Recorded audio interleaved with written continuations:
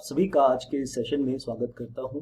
दोस्तों, एक टर्म आपने सुनी होगी, जेंडर न्यूट्रल। जेंडर न्यूट्रल का मतलब होता है कोई चीज जो औरत और मर्द में भेदभाव ना करे, दोनों के ऊपर बराबर इक्वली अप्लाई होती हो, तो उस चीज को हम बोलते हैं जेंडर न्यूट्रल। रिसेंटली क्या हुआ, केरला हाई कोर्ट के जस्टिस ए मोहम्मद मुश्ताक ने एक डाइवोर्स पिटीशन को एंटरटेन करते हुए उन्होंने 376 को पर ओरली एक ऑब्जर्वेशन दी है।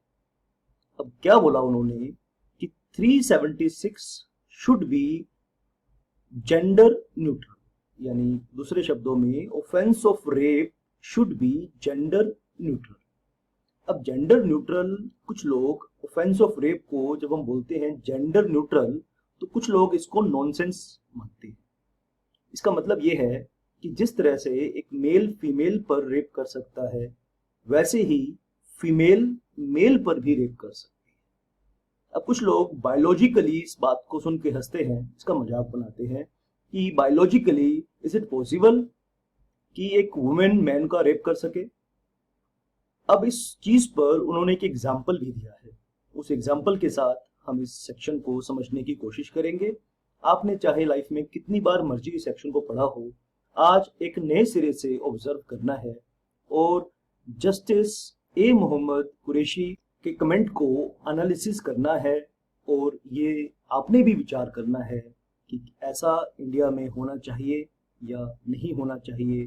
मेरा मतलब है कि ऑफेंस ऑफ रेप के लिए जैसे एक मैन एक्यूज्ड हो सकता है, वैसे ही क्या एक वुमेन भी एक्यूज्ड होनी चाहिए। आइए इस नई बहस पर हम भी विचार करते हैं और अपना जो भी आपका ऑब्जर्वेशन हो, जो भी आपकी सोच हो, और आपकी सोच चाहे वो इसके फेवर में है या इसके अगेंस्ट है, आप कमेंट बॉक्स में मुझे एक्सप्रेस कर सकते हैं कि आपका क्या सोचना है। यह है केरला हाई कोर्ट के जस्टिस ए मोहम्मद मुश्ताक, जिनके कमेंट ने एक नई बहस छेड़ी है सेक्शन 376 पर। इन्होंने रिसेंटली ओरली एक कमेंट किया है। सेक्शन 376 की लैंग्वेज हम देखें तो इसके 2 सबसेक्शंस हैं और नीचे कुछ एक्सप्लेनेशंस हैं। और सबसेक्शन 1 एक जनरल सेक्शन है और सबसेक्शन 2 में स्पेसिफिक सिचुएशंस और स्पेसिफिक पर्संस को टारगेट किया गया है। यानी whoever except in cases provided in subsection 2 commits rape shall be punished with imprisonment of either description for a term which shall not be less than 7 years but which may be for life, or for a term which may extend to 10 years shall be also be liable to fine unless woman raped। अब इस section को आपने पढ़ना है, आपने पहले भी पढ़ा होगा।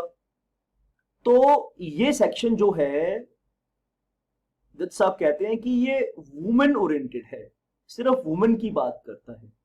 इस सेक्शन की लैंग्वेज को पढ़ के ये लगता है कि केवल मैन वुमेन पर रेप कर सकता है, वुमेन मैन पर रेप नहीं कर सकती। इसी चीज को उन्होंने हाईलाइट किया है, बोले कि ये कैसा कानून है, ये जो ऑफेंस है ये जेंडर न्यूट्रल होता है।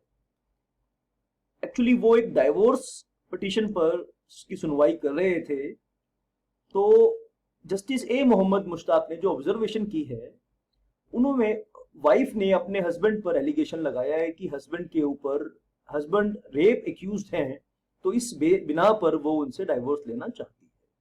चाइल्ड कस्टडी का मेन इस पे इशू था कि चाइल्ड कस्टडी पर दोनों हस्बैंड और वाइफ आपस में फाइट कर रहे थे। तो तभी सेक्शन 376 पर उन्होंने कमेंट किया। क्या कहा, उनकी वर्डिंग्स को मैं आपके साथ शेयर करना चाहता हूं। Section 376 is not a gender neutral provision. जब साहब कहते हैं कि जो सेक्शन 376 है वो जेंडर न्यूट्रल प्रोविजन नहीं है। Section 376 is not a gender neutral provision if a woman tricks a man under false promise of marriage. ठीक है, ए एक मेल है और एफ एक फीमेल है। ठीक है, ए ने एक फीमेल को शादी करने का वायदा किया और उस वायदे के बेस पर दोनों के शारीरिक संबंध बने और बाद में उनका ब्रेकअप हो जाता है। एफ ए को रेप एक्यूज्ड बना सकती है। लेकिन अगर उल्टा हो जाए, एफ ऐसा करे ए के साथ, उसको शादी करने का वायदा करे, उसके साथ शारीरिक संबंध बनाए, तो क्या ए भी एफ को रेप एक्यूज बना सकता है? ऐसा प्रोविजन सेक्शन 376 में नहीं है।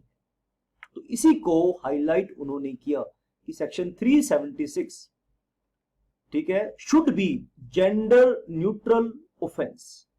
अब दोस्तों आप कमेंट करके बताइए कि आपका क्या इस पे मानना है। It is to be remembered that the statutory provisions of the offense of rape as understood in the Indian Penal Code is not gender neutral. A woman on a false promise of marrying and having a sexual relationship with a man with the consent of later obtained on such false promise cannot be punished for rape. अगर एक woman man को शादी का सपना दिखाए, शादी करने का सपना दिखाए और इस प्रॉमिस के बेस पे मैन की कंसेंट ले ले, उसकी रजामंदी ले ले और उसके बाद उन दोनों में सेक्सुअल रिलेशनशिप बने, तो क्या मैन वुमेन को रेप एक्यूज बना सकता है? सेक्शन 376 नहीं कहता है कि वो नहीं बना सकता। आप उसकी लैंग्वेज को पढ़ें, सब सेक्शन 1 को पढ़ें, सब सेक्शन 2 को पढ़ें, नीचे जो एक्सप्लेनेशंस दी हैं उनको भी पढ़ें। आपको ऐसा लगेगा ही नहीं कि ये सेक्शन मैन के लिए है, आपको लगेगा ये सेक्शन सिर्फ और सिर्फ वुमेन के लिए है। तो केरला हाई कोर्ट के जस्टिस ए मोहम्मद मुश्ताक जी ने कहा कि ये सेक्शन में अमेंडमेंट होनी चाहिए। जिस तरीके से एक मैन एक्यूज हो सकता है उस तरीके से एक वुमेन भी एक्यूज हो सकती है। दोस्तों आपका क्या कहना है, आपका क्या मानना है, मैं आपके विचार सुनना चाहता हूं। और क्या इस सेक्शन को पर सेंट्रल गवर्नमेंट को अमेंडमेंट लेकर आनी चाहिए या नहीं लेकर आनी चाहिए? That's it for this session. Thank you very much for watching and listening.